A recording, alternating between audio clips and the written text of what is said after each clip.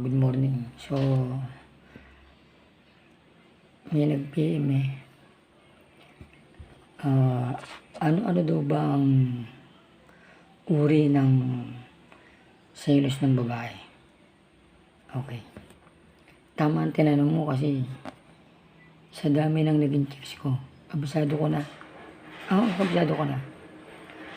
Unang uri ng selos ng babae yung pangkaraniwang selos. Ibig sabihin, nagsiselos ito dahil sa imbis na sa kanya-kanya nakatingin sa iba. Halimbawa, sa LRT, sa bus, sa FX. So, nakatingin ka dun sa ibang babae, hindi sa kanya.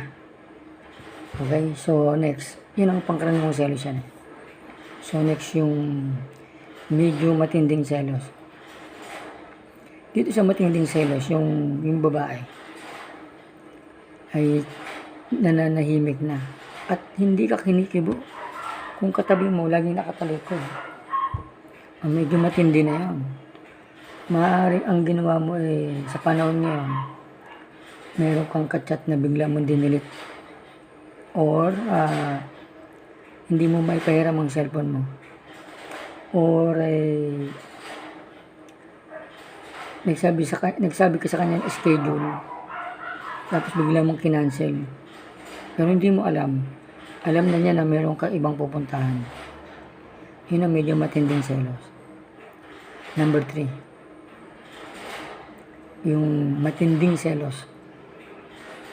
Dito, babatuhin ka na ng babae. Kung ano mapulot niya, tinidor, kutsilyo, babato sa'yo. Tapos, yung paborito mong gamit, yan ang unang-una niya sisirain or ibabato sa'yo. Okay? So, ito ay base sa experience ko sa dami ng mga naging babae ko.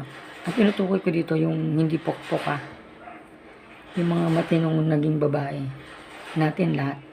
Okay?